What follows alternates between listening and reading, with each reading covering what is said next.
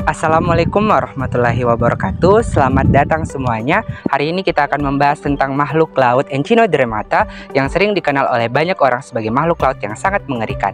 Namun menurut saya makhluk laut ini sangat menarik untuk dibahas dan ada beberapa suku di Sulawesi Tenggara yang suka mengonsumsi makhluk laut ini. Kira-kira makhluk lautnya apa sih? Betul sekali, Echinoidea atau biasa disebut dengan bulu babi. Dengan saya Dodi Alfatir dengan NIM K1A1230111. Yuk sama-sama kita menyelami lautan untuk mengetahui apa sih itu Echinoidea atau bulu babi.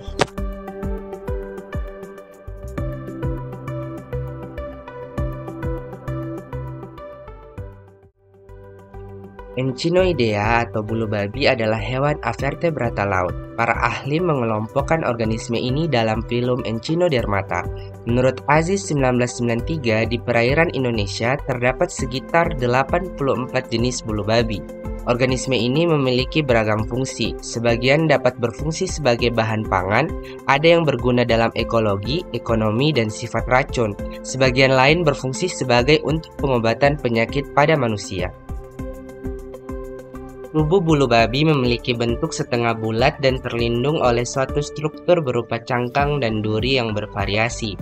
Di dalam cangkang terdapat beberapa organ termasuk organ reproduksi berupa gonad yang dapat dikonsumsi.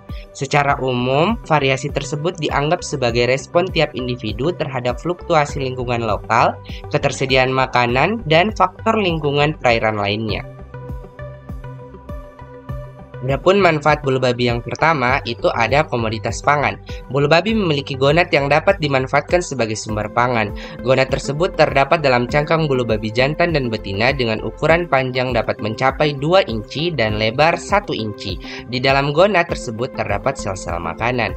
Bulu babi yang dapat dikonsumsi diantaranya adalah Trypneustus gratila, ada Strongylocetrotus franciscanus, ada S. droebrasiensis, ada S. purpuratus, ada Enchinus esculatus, ada Mespila globulus, dan ada Heliochhydrasis carsipina. Sebagai bahan pangan, gonad memiliki kandungan gizi yang baik. Gonad mengandung protein, lipid dan glikogen, juga kalsium, fosfat, vitamin A, B, B2, B12, asam nikotinik, asam pantotenik, asam folik, dan karotin. Dalam gonad bulu babi Decetosum ditemukan 5 asam amino esensial bagi manusia dewasa seperti lisin, metionin, fenilalanin, theronin, dan valin. 2 asam amino esensial bagi anak-anak seperti arginin dan histadin, serta terdapat asam amino semi-esensial seperti sistin.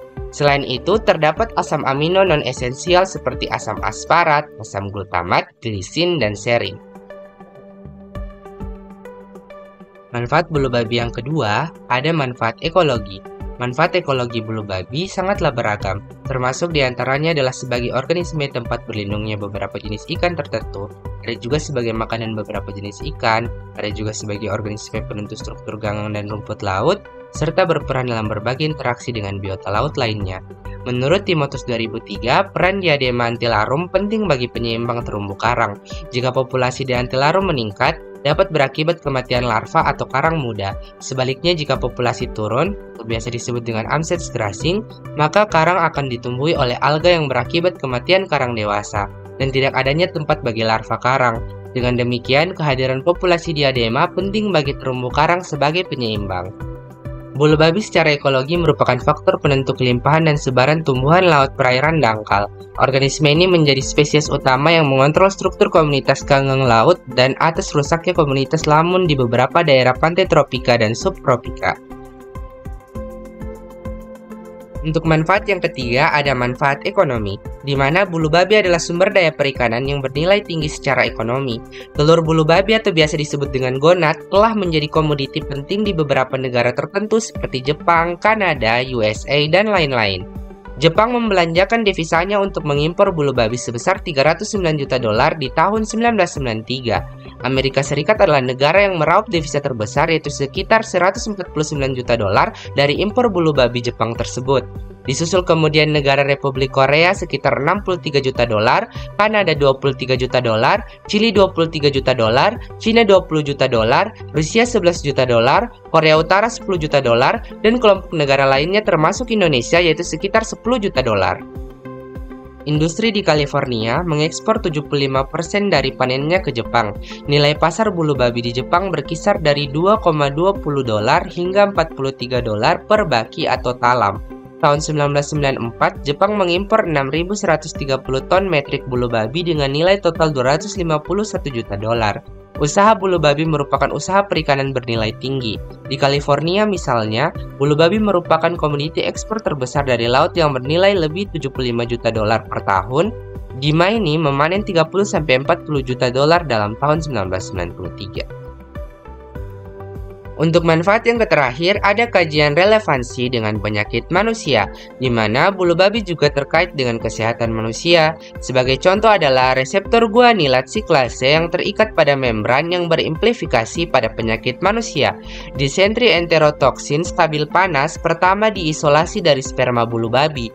Penemuan dalam bulu babi ini selanjutnya digunakan untuk mempelajari kesehatan manusia. Masih banyak lagi studi yang relevan dengan penyakit manusia yang menggunakan bulu babi sebagai organisme modelnya.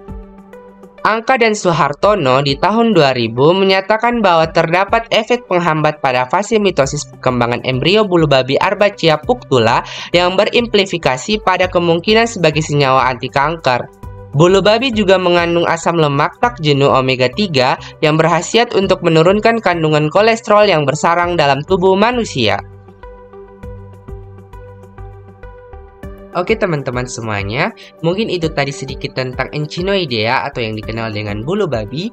Begitu banyak manfaat organisme laut ini, tapi sudahkah bangsa kita menggali dan memanfaatkannya? Dengan garis pantai terpanjang di dunia sesudah Kanada, dengan sekitar 84 jenis bulu babi di perairan kita, dan dengan melihat manfaat potensi yang dimilikinya, seharusnya telah mendorong bangsa kita untuk mengelola dan memanfaatkan organisme ini.